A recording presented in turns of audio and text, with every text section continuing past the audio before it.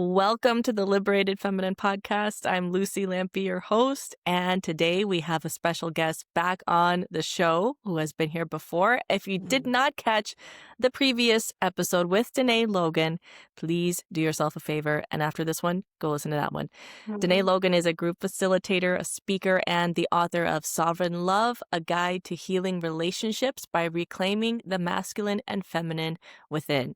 And we have so many things that we could have kept talking about last time. So we're going to pick up this time on how maybe these disharmonies between these energies within ourselves can impact our relationships. So without further ado, Dené, welcome.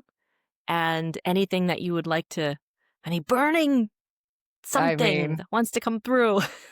I'm just burning with happiness. It's like, it's so good always to vibe with you. I feel like you and I can just like rap for hours on all of the things. I'm so inspired always by the way that you speak to things. So thanks for having me back to see you. Of course, it's an honor. I thought, oh my God, now that we're picking back up with guests on the show again, I need to have Dené back on because she was a favorite.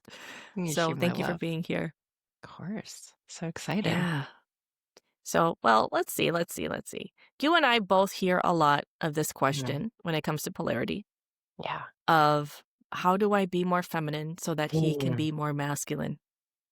Yeah. And I always feel like that's a little bit off. It's just a little off. Missing the mark. What can you speak into that? Yeah. Yeah. And I love that you're bringing this conversation forward because I talk so much about these masculine and feminine energetics. And, I think the jump off point or sort of the origin of why I became obsessed with understanding these energetics is I, worked as a marriage and family therapist for many years, and that's sort of transitioning, but I worked primarily as a couples therapist, and I come from a background in Jungian psychology, and Carl Jung sort of spoke to these energetics, I would say, in a less nuanced way than we maybe understand them today, but sort of the anima and the animus, and the anima being the feminine qualities in a man and the animus being the masculine qualities in a woman. And so, when I was studying these things, like I wasn't super interested, to be honest, in masculine and feminine energetics. I was like, okay, I guess, whatever. Fine, I'll learn it. Yeah, sure. But then when I started sitting with couples, I was like, oh, I'm understanding a little bit of how we have been really conditioned to believe that there are these aspects of ourselves that we don't get to own and integrate and be in relationship with. And because we all have these qualities, these elements that would be considered maybe our masculine and feminine in all of us, if we don't integrate them and if we don't learn to fully embody our wholeness, we will believe we need to outsource those qualities from another person. And when we do that in our partnerships, what ends up happening is we're just like competing for energy and feeling like this person can't meet my needs in the way that I need them to, but it becomes like a bucket with a hole in the bottom. So it's like a bottomless pit of needs if we never really understand why that's not actually that person's job to make us whole, right? And that's a whole conflated conversation in and of itself. But I really couldn't understand the need to integrate these aspects of self until I saw what happens when we don't, I guess, as I was sitting with couples. That makes sense. Yeah, a lot of times we're not really interested in how something can apply until we're in a painful place or we see people who are in a painful place. Yeah. And absolutely. yeah, what was the main way that you saw that play out or that you see that play out with couples where there's an imbalance in that? I think, and again, this is like I start to go on a tangent and I'm like, oh, that's why I started talking about it that way. But I think a lot of what I've been challenged by as I've become sort of obsessed with these energetics is a lot of what I see in the cultural zeitgeist is sort of talking about masculine energy and feminine energy as like a reinforcement of playing out gender roles, right? So you need to get more in your feminine and soften into him so that he can lead. And, you need to lead her so that she can be more in her feminine and surrender with you. And I think it just ends up being another place that we sort of perpetuate these not enough or too much wounds that we all carry. But in terms of like the tangible ways that I would see it playing out with couples, there's just if I believe that well, like, let's say I'm gonna speak heteronormatively a lot in this context, but Mhm. if I believe that I don't get to embody my feminine and whatever that looks like as a man, and I just, like, feel a lot of shame around, like, overwhelming emotions or that, I don't get to be tender or vulnerable or all of these societal constructs around what men don't get to be, that they have to be these stoic, like, all-knowing, Yeah. all-seeing, fearless leaders or Can handle whatever. anything without crumbling, no matter Exactly, how right? intense the pressure. Yeah, so because we can only meet another person to the extent that we've met ourselves, when my woman is in big human experiences of her emotions, it will feel intolerable to me. It will feel like, shut that down and let's get real. Let's, Yeah. like be reasonable about this or whatever the thing is. When a lot of times what I am first drawn to in the feminine, if I'm a man, is her feminine essence, her flowing, spontaneous energy and her radiance, all of these things, but if I haven't really integrated those things within myself, I feel like they end up being, there's a lot of ambivalence. It's like part of me is drawn Mhm. to it, part of me just like can't tolerate it because it reminds me a part of myself that I've disowned. Mm. Yeah. Yeah, that's a good point right there, 'cause, with my work, I talk a lot about the parts that we've disowned, and Mm, that is one of those, is as women often having this deep inner conflict mm, with our feelings and yes. being terrified of being consumed by them, but at the same time resenting that we can't feel them, that we don't get to express them. And when we do, then let's say a man in the relationship would complain, "Oh, you're too crazy, you're too intense, is it your period again?" Mm, And so it's like when we come into this wholeness of who we are and integrate the part of us that is big, that can be too much, honestly, for yes. another human being's nervous system. Like, Sure. let's just be real. I mean, yeah. Everybody has a capacity and a threshold, Yeah. so it's layers. But what would you say is a place, or what would you like to what can you speak to that? Yeah, I think it's complex, and what you just said is really important to me because I think there are times when we are going to be in the overwhelming experience of our emotional landscape, and that we will be too much for ourselves, and that's an aspect of our humanity. I think Mhm. to me, there's so much in, what we've been conditioned to think about what relationships should look like that, and I think you're just like such an incredible teacher of this in all of the ways you speak to like embracing the truth of our darkness and our messy, Mhm. sort of primal instinctual self that I think is so much of like where the wisdom resides. I think, just understanding because I know in my life I've often been the most judgmental of myself when I'm in the elements of what could be considered my feminine. When I'm upset and there's no rational reason why I'm upset, I'm like, come on, Danae, nothing's wrong. Get it together, right? And it's like, no, a lot of times, like, understanding that there are cycles within a woman's, you know, Yeah. cyclical experience of the world around us that create different emotions, and that there are hormonal things and shifts that occur that, we used to understand the intelligence behind all of that, and that a lot of that is like our intuitive gifts and the ways that we are connected to the natural world around us. But, Yeah. from this sort of wounded masculine, and I say wounded quite Mhm. intentionally because, like, the paradigm that we're raised in is not rooted in healthy masculine energy. It's really been sort of a distortion of masculine energy that we've all been conditioned to embrace. But Yes. yeah, I think as we come back into this space of understanding, there's an intelligence to when I'm feeling something and I can't name it. That's like our intuitive Mm. gifts. That's the divinity within us that we've all been taught. Like, if I can't bottle it, name it, slap a label on it, then it's not real. And it's like, no, Yeah. actually, that's Yeah. a part of our divine gifts that we're just coming into remembrance around. Yeah. Yeah, exactly that, because that wounded masculine part of us, Mm, and I wanna speak more into that too, but first, just putting this out there that that wounded masculine part of us is what often shuts down mm, our inner feminine wisdom, because it's like, "Nope. there's no place for that here. This is not practical. We don't understand it. We can't Yes. intellectually figure it out. But then when we realize that the feminine part of us is not there to be understood, she's there to be Yeah. experienced and Mm. felt and to just be and flow and feel, and it doesn't even have to make any sense.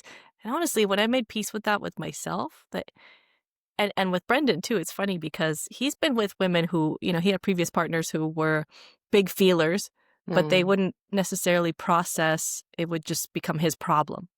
Yes. So when he saw me Mm. go through my process the first many times, it took him a while to trust that, look, I'm just feeling and Yes. you don't have to fix anything. I'm not making you responsible. I'm not blaming you or putting this on you. I just want you to witness me and see me as I move through this and just be a pillar, Ugh, But that can so be misunderstood and even abused in that relationships part. where they know just enough about polarity and conscious relationship that Mm. they'll put each other through hell and call it polarity when there's no self-accountability or Yeah. self-processing. Ooh, And, girl. so that. I feel like and that was one of the points that I heard you speak to early on that I was like, "Say it again for the cheap seats in the back, Lucy." Yeah. But, like, this thing of, like, the feminine storm will come, and if you're a real man, you need to be able to withstand whatever she God. is, and I'd be like, Oh, "This is abusive." oh, Can we it just not literally get this is. dialogue? Like, no, this is not and it almost would be like she's a child and you need to Mhm. just, like, understand and I'd be like, "No, she's Throwing a not." tantrum. Yeah, No. and No, because that's when you have a actually toddler, okay, go through your tantrum, that but we part, are adults here, and we're calling yeah, that part of us to grow up. that part, and it's like, we can hold the tension of multiple truths at the same time. What you said, that there is no need to shame ourselves for the complexity of our emotional world, and that, yes, that will be an experience of our human, incarnation, like, we will have big, overwhelming emotions, and they are still my responsibility. Like, my energy is still for me to be responsible for.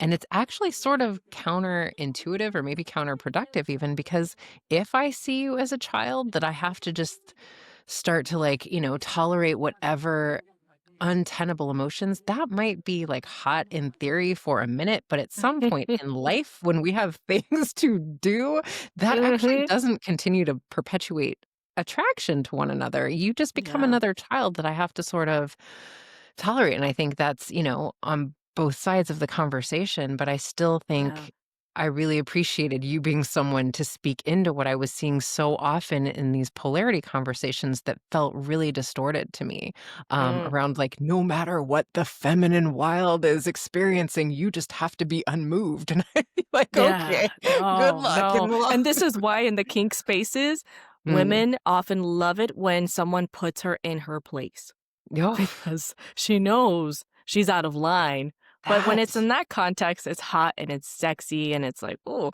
But in real life, I think there's some part of us too, whenever we are in those spaces, which I lived in that space for some years in Mm. my previous relationship and went through that arc of learning.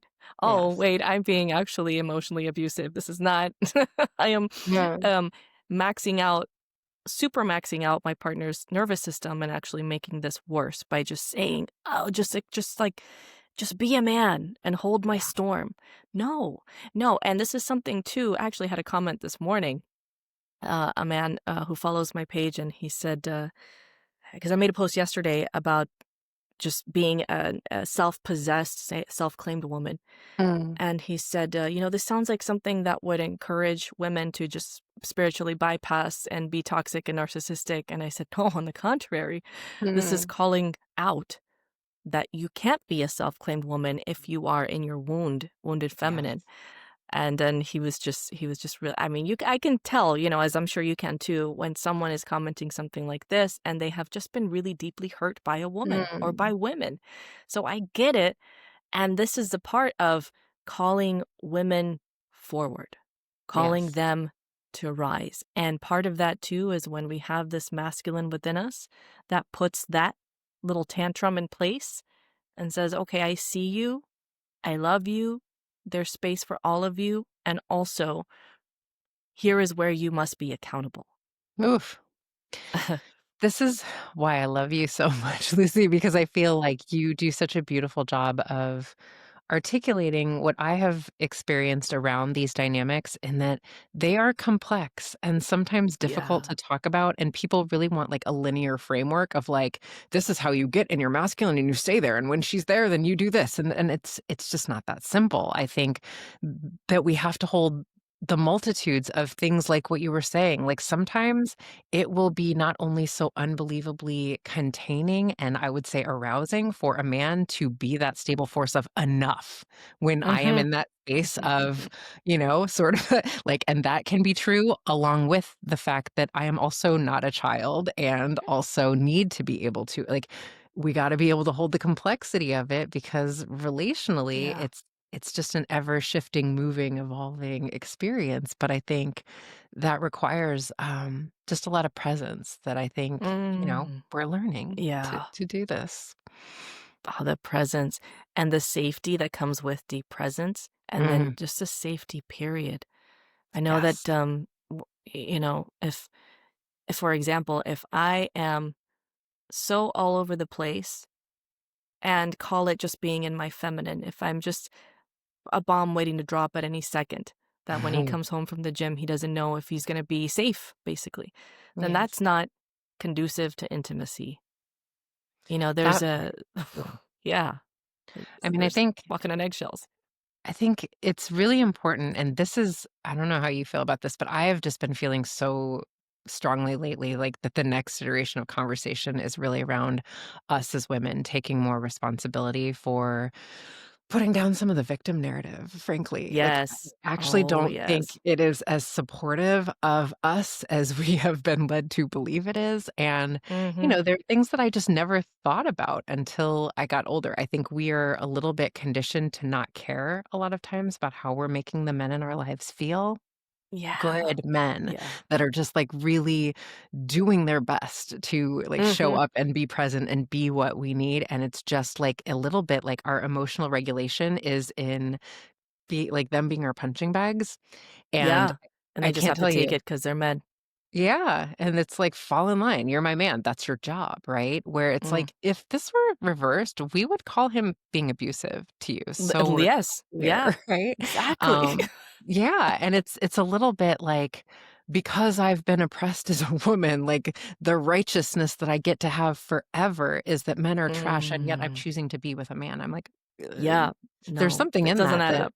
we gotta look at that a little bit, right? Like that's this is a choice that we're making. And I think that like personal responsibility piece is and again, this is one of the places that I just love what you speak life into. It's like if this is my choice, then I need to hold this person with a level of reverence for the fact that we have Yes. chosen to walk this life side by side. And that's sacred to me. That matters. And I want to hold my partner that way, right? And I think just as much as we would like the masculine collective to show up and take responsibility for their energy, I think we got to hold ourselves as women to the same standard. Yes, 100%. And this is not about repeating the same distortion, but in the opposite way, where patriarchy serves no one, but then an opposite of distorted, vengeful.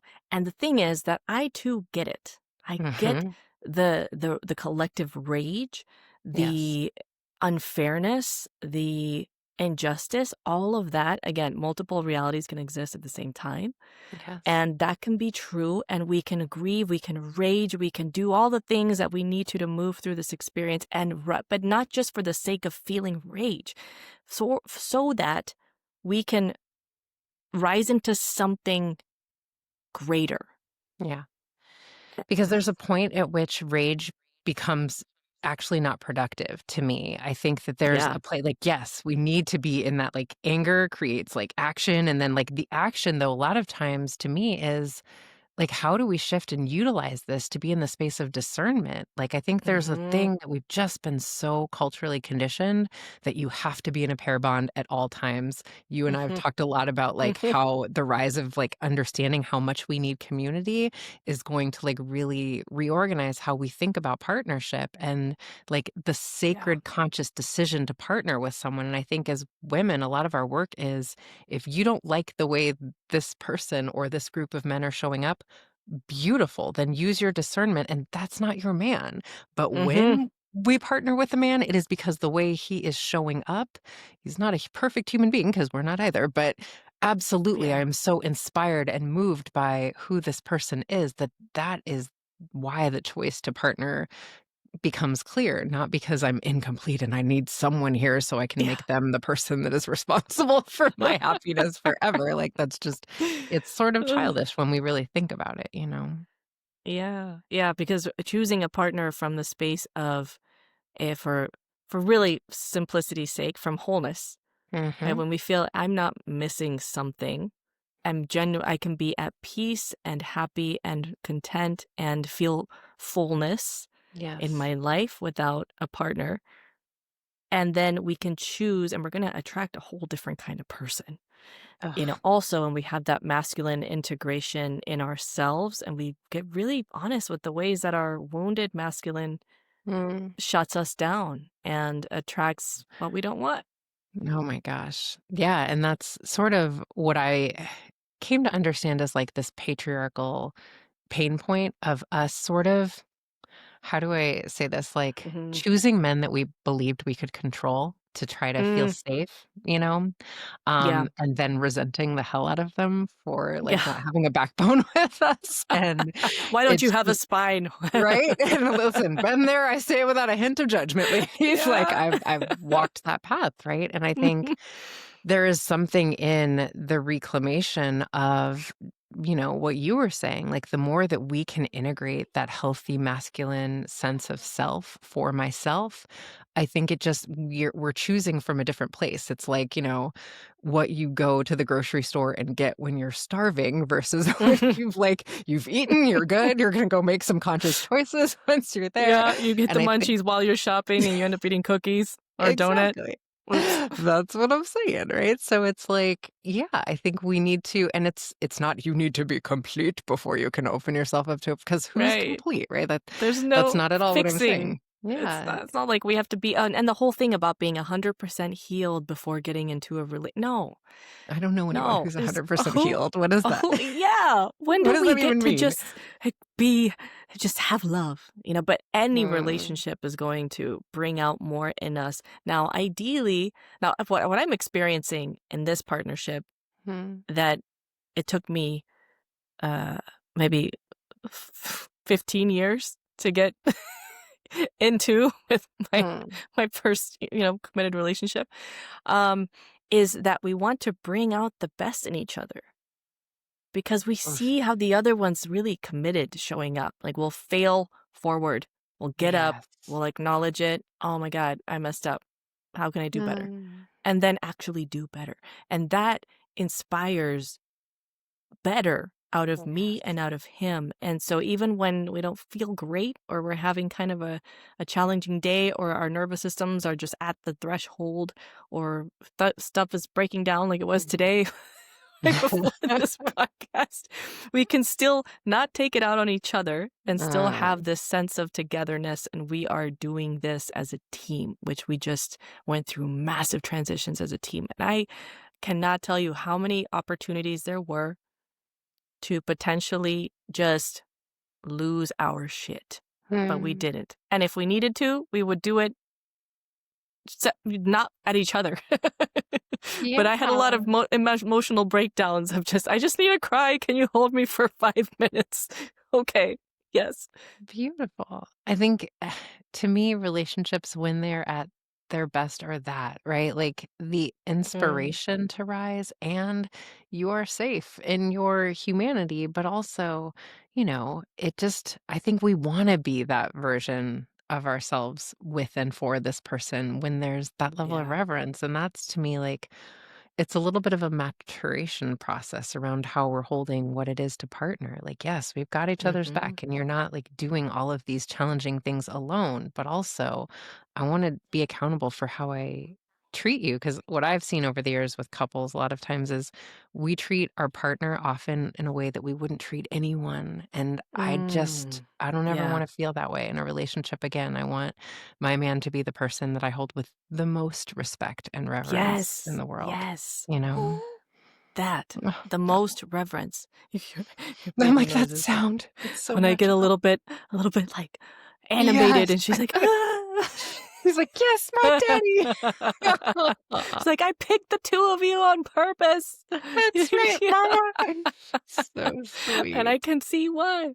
Oh, but yeah, Oh. that's the thing is Mm. why would we choose to be with someone who we do not have not just respect for, not just we don't feel the need to subtly emasculate them, but actually have reverence for. And I fully believe that it's because when those relationships come together, it's happening from a sense of I need something outside of me to make me just feel okay. I Oof. and we look for a parent. Honestly, like it's That I'm just gonna part. go there. We're all Let's looking go for there. some level to be reparented That and maybe find the powerful man that we can control to somehow reconcile the fact that we couldn't do that with our dad and he left. You know, like You're speaking some potent truths over there, my love. Like, it's when I realized at a certain point, and again, been there, but like what we are doing, and frankly, what relational psychology has been co signing quite a lot mm, is mm, looking for someone to reparent us in the way that we weren't parented. And not only is that person never going to do it in the way that our soul is longing to be met and to be seen, but also, it just creates all kinds of distortions, you know? It just creates all of these ways that we're living in resentment about something that just can never be filled. But I think, it's like when you were saying, why would you do that? Why would you choose someone that you don't have reverence for?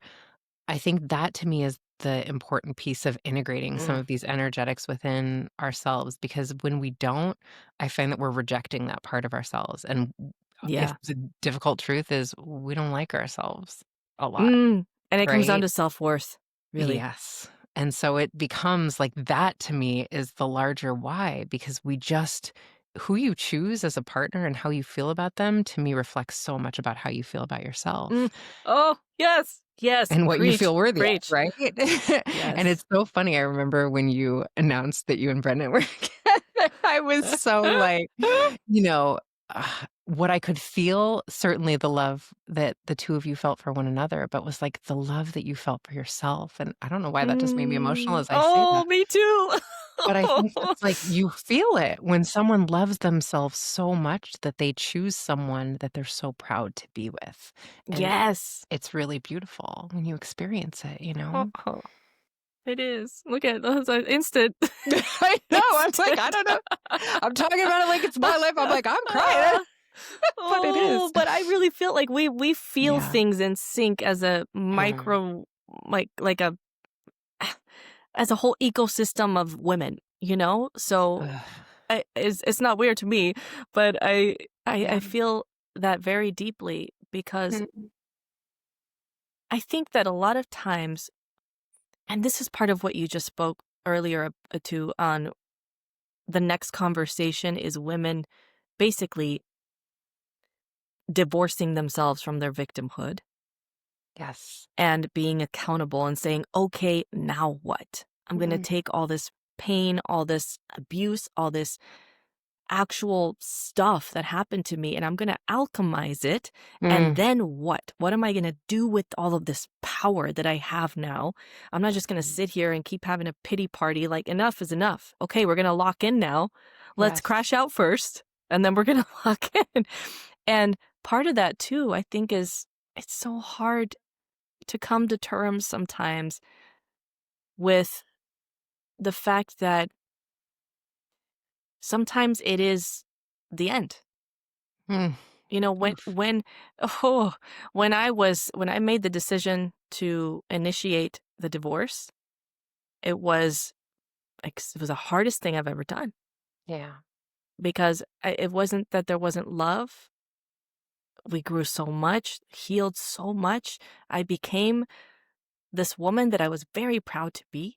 Mm, And yet there was something that at that specific point I knew if I don't do this, I am not just disrespecting myself, but I'm holding us both hostage mm. from what and who we actually need to be. And so, oh, and it's never easy to go there. Just such deep bows, sister. You know, it's just like I'm gonna sit here and Mm. cry. I think so much of what I felt so connected in witnessing you, and just I think like I do feel like we felt one another in an unspoken way early on, but I think both of us had marriages, relationships that needed to change form in a way that was honoring of our soul's path, in a way that maybe society or others might have, one, not understood, but also Mhm. we could have conceivably really cultivated a victim narrative around, right? Yeah. And that was not the choice. And I watched you in that and found such like a deep sisterhood and reverence in the fact that like Mm. she gets it, that her empowerment is not in being a victim here, right? It's gonna make me Yeah. cry. But that like she Yeah. is powerful because she refuses to let that be the story of how her life, how she was victimized, and that was the end of like this is the season, the chapter, and onward. And it doesn't mean that there isn't so much to alchemize and move through, but I am bigger Yeah. than this moment in my story. And Yes. I really, really want that for certainly women, but everyone to Mhm. understand that none of this is ever anything but an opportunity for you to expand into who you have the potential of being. It's always for you Mm. if you choose Mm. to hold it that way. Yes, if you choose to, and that's the key right there, because we can choose. And the thing is, life is going to keep giving us opportunities to rise above that victimhood. Yeah. And it's like, okay, the 7 year cycle or however many, whatever planet you're, happening the thing with, it's okay, here it is again. Here's your Yeah. next Saturn return. Are you going to get it this time? And and to me, it was also a matter of, I am bigger than this. Hmm. And in the moments that I felt like I wasn't, I knew that no matter what, the love that I am devoted to is always Hmm. bigger than it. And so sometimes I would have to tell myself, like, I'm bigger. I was to sit there and tell myself, I'm bigger than this. No, I'm fucking not. I'm not. I'm not. This is way bigger than me. So I'm just like, here, You take it, love. you take you, it. You you take take it, it. and I'm you'll let just me. all I'm in a million pieces. I don't know what to do Yeah, with this mess. So here you go. it's And real. in that, I think it's our Scorpio rising, sister, but yeah, yes, yeah. absolutely. Um, yeah, Yep. that part. Oh, but there's a lot of deep alchemy, and I think too, it is Mm, the real empowerment for women is to alchemize the real shit that we've been through, the real pain, whatever that looks like in everyone's context. yes. And not just like ascend beyond it, but stay like we have this rootedness in Mm, our self that's deep in the soil, and then from that all of this beautiful stuff grows and these flowers and these hummingbirds come and there's so much going on. But we're not just trying to like ascend the human condition. yeah. We're fully in it and then deciding, here's what I'm going to do.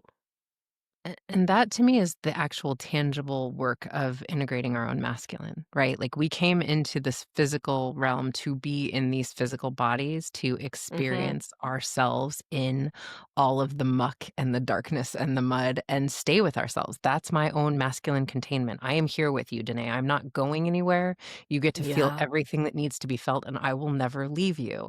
That is Mm. what it is to be our own masculine warrior, right? And in that space, when we are that, I just believe we are able to meet another in partnership, actually present with them and actually seeing that person. And, I just I think it's like, again, there's just this real distortion I hear a lot of times and like, when are the men and the masculine collective gonna wake up and Where are all start? the conscious men at, you know? Right. And I'm like, but first of all, I think you experience what you are looking for and what you believe to be true. But also, Yeah.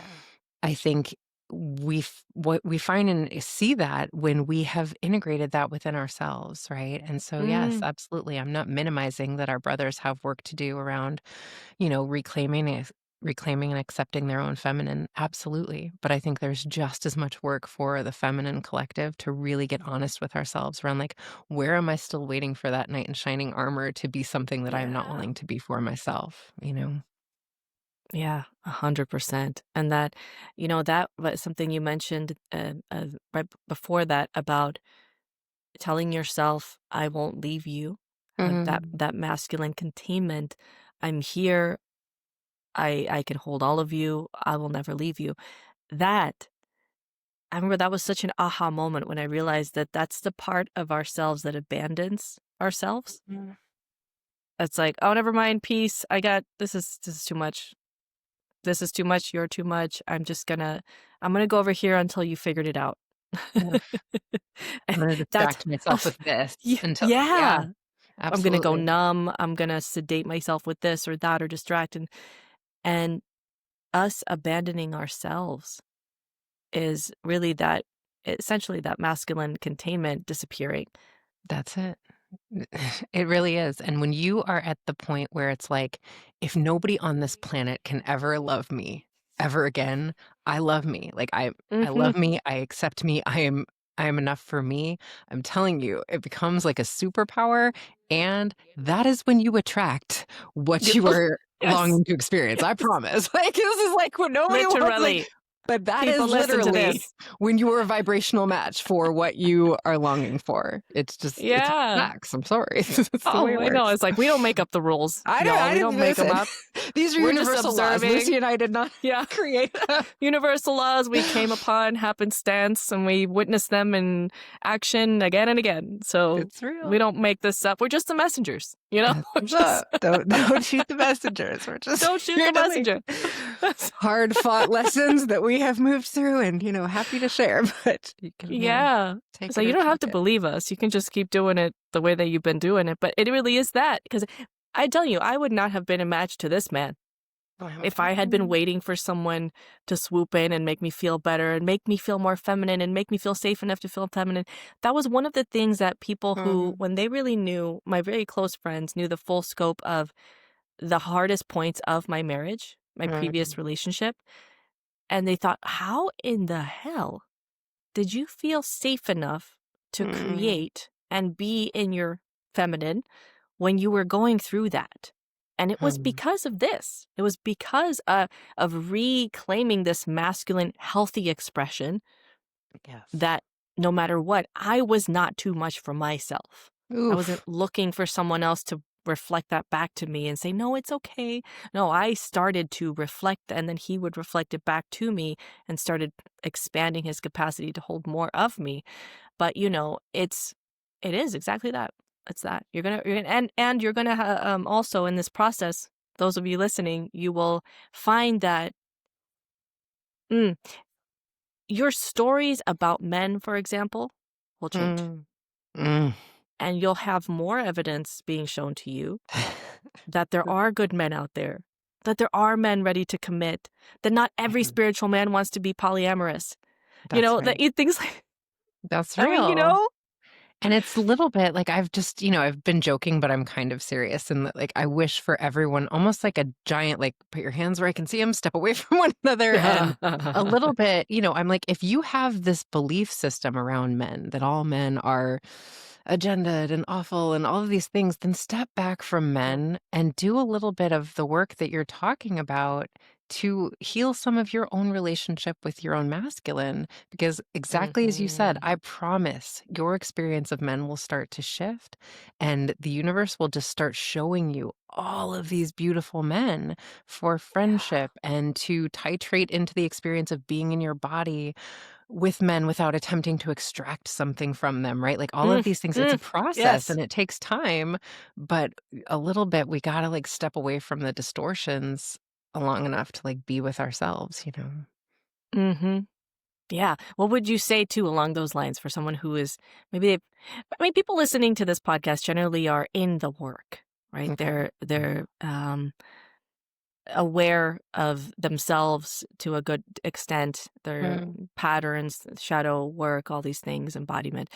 But when it comes to this, what's a step or a practice or something that they can open up yeah. to connect with their inner masculine in a healthier way? I think what you said was so beautiful that it gave me chills. I think just this thing of like, you are not too much for me to yourself, and really paying attention to where you tell yourself the story that you're too much. And how can I start to shift my relationship with that? And certainly that's some of your own reparenting work, and that's some of your own shadow work around some of the historical narratives around where you got the message that you needed to be smaller in order to be worthy of love. But Yeah. that's like you talking to that little girl inside of you. And I don't need someone to give me that. That's my job.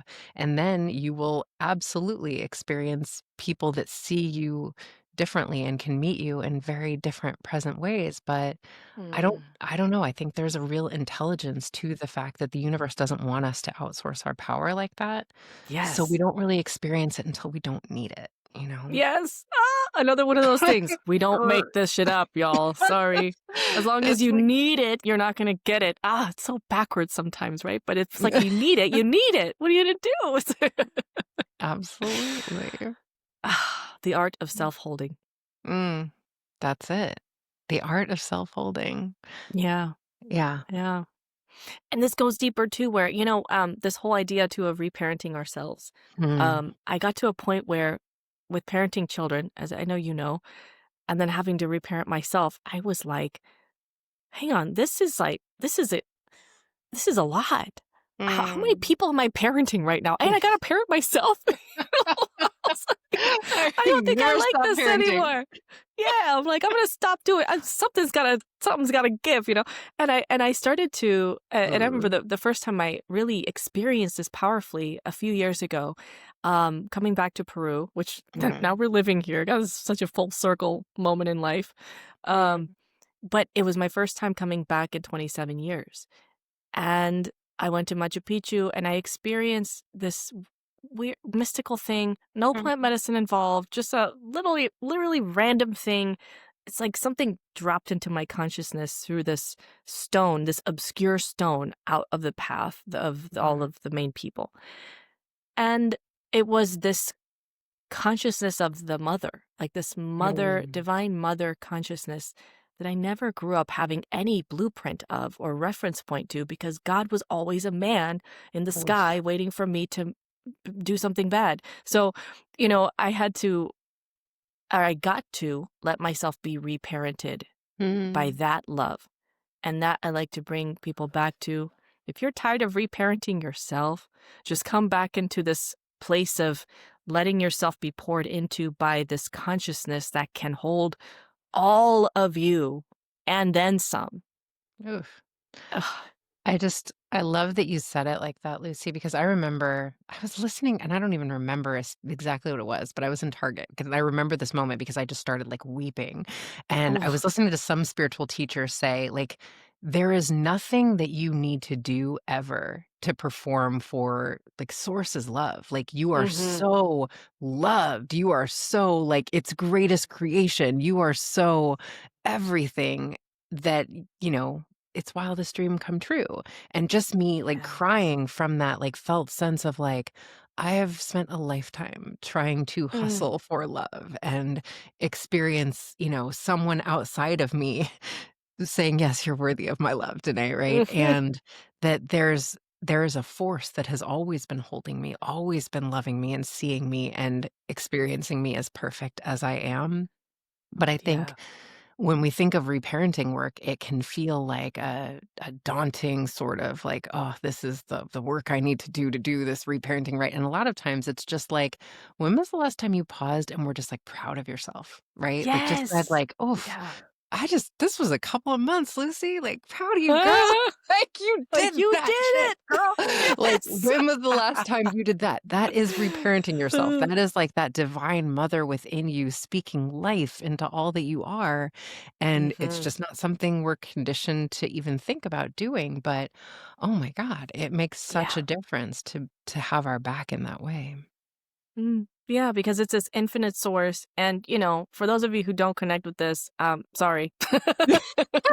May not be for you yet. We'll This may not be for you yet, but whatever your belief is, your belief system, it's like Mm, if we can if we have access to this mm, infinite source of love and everythingness that is creation, yes. and instead of imagining yourself, pouring into yourself first, and I always have this image of trying to scoop from a dry well and pouring Mm, what into myself, pouring what? Instead of just being directly, you place yourself under the mm. flow of this infinite well of loving energy, Ugh. consciousness. And it's never going to run out. And you're pouring into this person and that person and into your partner and into your inner child. And it never runs out. And so for me, having Right. this fundamental connection to the mother consciousness opened me up to be able to reconcile my Mm, connection with that divine father consciousness, because that was real fucked up. And I had to a mm, lot of distortion in that. yeah. Um, and there's that holding, and I get to be the creation that they're Mm, both just completely in love with. Because I look at our baby, and we wake up in the morning and she's between both of us, and we're both just gushing over her. And it's like, what does it feel like to have two parents that are obsessed with you, oh my that would do god. anything for you? I'm like, I'm jealous. No, I think that actually, all the time. I kid. I'm like, "What is it like to be so loved and have parents that are obsessed with you?" It's, like, the yeah. best. Aw. And that has brought out, honestly, my own wounds of my father, knowing that I will never be the apple of someone's eye. That Mm, ship has sailed. And I realized too, within our relationship now, this past year and a half plus, that it was a matter of grieving that and yeah. releasing him from the expectation to make me the apple of his eye. Because Mm, let's be real, y'all, in relationships, we are unconsciously seeking to fill those gaps that we didn't have in that first connection with the masculine. And it can be actually bringing it back to the space of helping reparent each other, I yes. think is a beautiful part of healthy partnership. Because, for example, I had a time where I had this intense feeling of a memory in my body Mm, of my father just shutting down my expression when I was a child. And I was weeping. I was weeping. It was like it was releasing from the cells in my body. It was a big release. And I just asked Brendan, like, hey, I need your support if you're available for this. Like, I need to just feel held mm, by a physical man to help me through this process. And again, it's not to say that you can't self hold. There's just some things I feel like that the body won't touch until you are in a context where you do have someone who can assist you with it. So you won't be bombarded with everything and then feel helpless, like, oh my God, I don't have a person. I can't work through this. No, your subconscious mind, there's an intelligence. There's an intelligence. But yeah, I don't know what we speak on that. That's let's the go part there. of me that kind of has to go back for wants to go back for your little girl a little bit. It I was struck by that kind of made me emotional, as you said, I will never be the apple of someone's eye. I think there's something we were speaking to before around like your partner so often reflects your level of self worth. But I think what we don't talk about or think about quite often is how that shows up in parental relationships. Hmm. And that thing of like, we truly don't know how to tolerate and titrate into the feeling of love when we are so disconnected from the love for ourselves and when we don't feel that self-worth. And I can sometimes, when I'm sitting with people, feel so clearly how your parent did not feel worthy of the Mm. light that emanated Mhm. off of you. It was almost like painful to experience. Yeah. And one, that just understanding of that was so clearly separate from me and how magical I was. And, I think that is what is so beautiful about doing this work Mm. and having children that get to experience our love as parents that have done this work and can really see them and, you know, Yeah. appreciate their energy in a way that a lot of us didn't have from parents who never really learned to be in their bodies and love themselves and all of that, right? But also that there's, I believe, a divine intelligence even in that, because there's a Yes. way that I watch you move through the world and um, teach women and humans how to just cherish yourself in a way that I don't know you would be as equipped to do had you not taught yourself how to do that, sister. So Exactly. I Yeah. think that was a part of the soul design for you to have that father who didn't have that skill set so that you would pick up where he wasn't able to, meet you. Yeah. Oh, completely that. There's this also an understanding, right, of those multiple realities that we must hold for anyone who's been through something painful, right? Anyone Yes. listening too, that on a deeper level, trusting that our souls picked a very specific assignment. That. And when it feels overwhelming, I like to look at it this way. Wow, my higher self really believed in me when it took on this whole thing, huh? It's just really had a For lot real of though. faith. Was like, What I'll if it take I'll was take great? all of it. With great power come or with great like, you know what I'm saying? Yeah. That great power comes great responsibility quote, but Yeah. it's that, like, you had a big assignment for this lifetime, and so a lot of what you had to learn to alchemize was gonna be really painful. I feel that deeply, that, like, some of the things from my childhood where I'm like, "Oof, I really did not feel loved," and that was because you were going to be forced to learn to offer some of those things to yourself, Danae. That was the assignment. Mhm. Yeah, and that was your learning ground. That was your training Mm. ground. Yeah. And Oof. sometimes too with our Scorpio risings, I feel like, and also my Scorpio South Node, anyone who has prominent Scorpio, you are an alchemist, all That's right? what You you can came handle to big do. shit. Yeah. Yeah. And Yes. then also, we're again holding multiple realities. 'Cause that's what we do here. There's a point where it's like, okay, I have suffered enough. I have suffered Mm. enough. I don't need to suffer every time just to experience some growth. That Yeah. alchemy can also happen in in a more easeful way, not just in the chaos, but know that you can handle the chaos when it happens. It just doesn't have to happen every time. And that can be a little hard.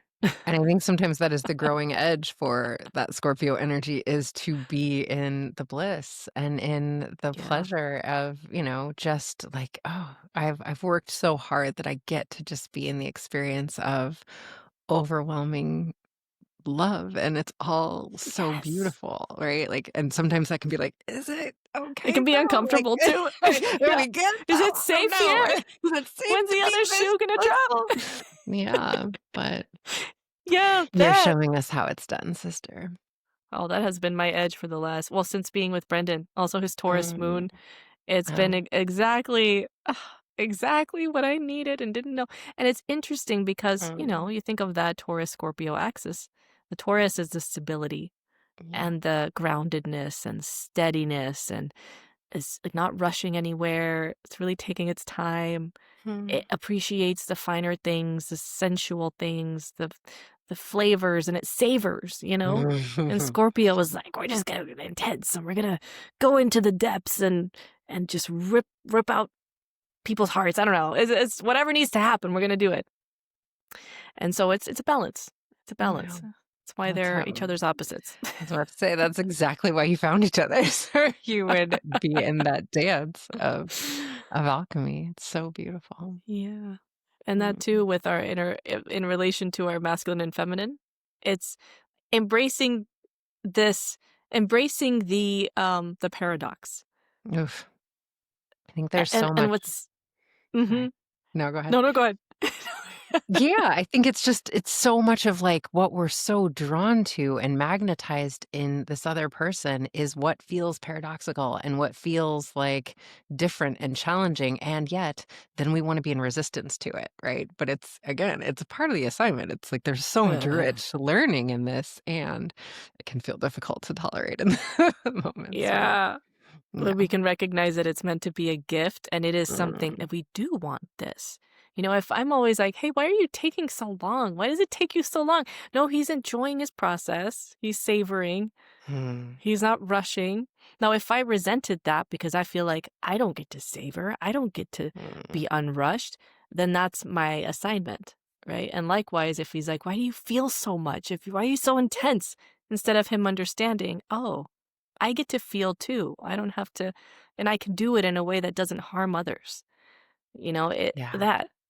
I think that's another place when if we meet relationships consciously in that way, it's like this person is my mentor. They're teaching me how to experience the world in a way that clearly is a missing link for me. Otherwise, I wouldn't have found them, right? But it's like, Mm-hmm. oh no, he's teaching me to like slow down and savor it. That's why we found one another, because there is much for me to learn in the realm of how Brendan just naturally experiences the world Mm-hmm. and vice versa. Yeah.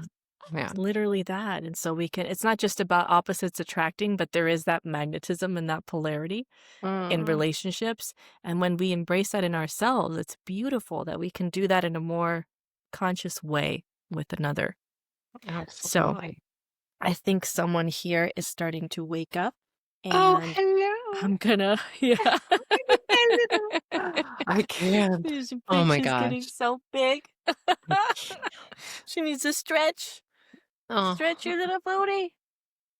I just want to Yeah. be there. Look at her. Come to Auntie. Oh. Oh, I would love to just hand her over to you so No, you can I do a would die. Oh little my baby sniff. gosh. Oh, the smell. I can just like smell her through the technology. She smells good It's right now. the She hasn't pooped, best. so It's she's literally like fresh. there's a reason that I mean, it's like all the oxytocin, but there's like so much in that smell that you just like There is. my Let me just. 8-year-old like is at a point where like he needs deodorant all of a sudden, Lucy, and I'm like, what is happening to my baby? You're kind of you smell like outside in not a great Oh, way, buddy, but I'm like yep. I remember thinking that. back on the baby Oh, smell. it happens so fast too. It's a little disarming. It's like, Oh oh my my gosh. gosh. Hey, baby. Well, so for No, those of you sweet just girl. listening, you have you can't see what's happening, but the baby's here, so And she's we're just we're pure gushing. magic. Oh my Ah, gosh. I well, I am cannot. going to wrap here and let everyone know where to find you. I will include that Mm, in the show notes, and absolutely. also, yeah, anything else that you would like to add, or anything that you would like to invite people into. No, just, I'm so grateful for all that you are, sister. I feel like you are truly a treasure, and I'm so grateful for social media because it has brought me people like Yes. you, and you just feel a little less alone in the journey of this understanding with the Lucys in the world. So just so This is happy for true. you as I look at you with that beautiful little goddess. I'm like, oh, there's life. It's Thank so you. beautiful. This she wouldn't be here if it wasn't for social media either. So Listen, people want to knock social media. Look at that little girl, okay? we This meet is what online. social It's media like, can do. where did you guys meet? It Listen, wasn't the even a universe will dating. It find was a nothing. way to bring people This is together. literally. So y'all believe. Again, we don't make this up. We're not. It's People will crazy. say that all the time. They'll be like, Dené, you will not meet a man sitting on your couch. I'm like, the universe has a way to bring I people did. together, and I you did. better know this, okay? Like, I promise you. I mean, I did. So That's what I'm hey, saying. me Living proof right in in front my of you house. I was just with a baby. in my house. Yeah, and now here we are, 2 countries later, It's real, with a y'all. baby after I had my tubes tied, mind you. That was a whole other Listen, process. Oh, tell me magic isn't real again. tell me again, because I don't believe you. That's what's We're here up. to be the mystical, magical beings to remind you what Mm, life can be. Yes. So, yes. with that, for everyone listening. And Dené, thank you for being here again today. Mm. Thank you so much. Until next time, here is to liberating your wild feminine heart.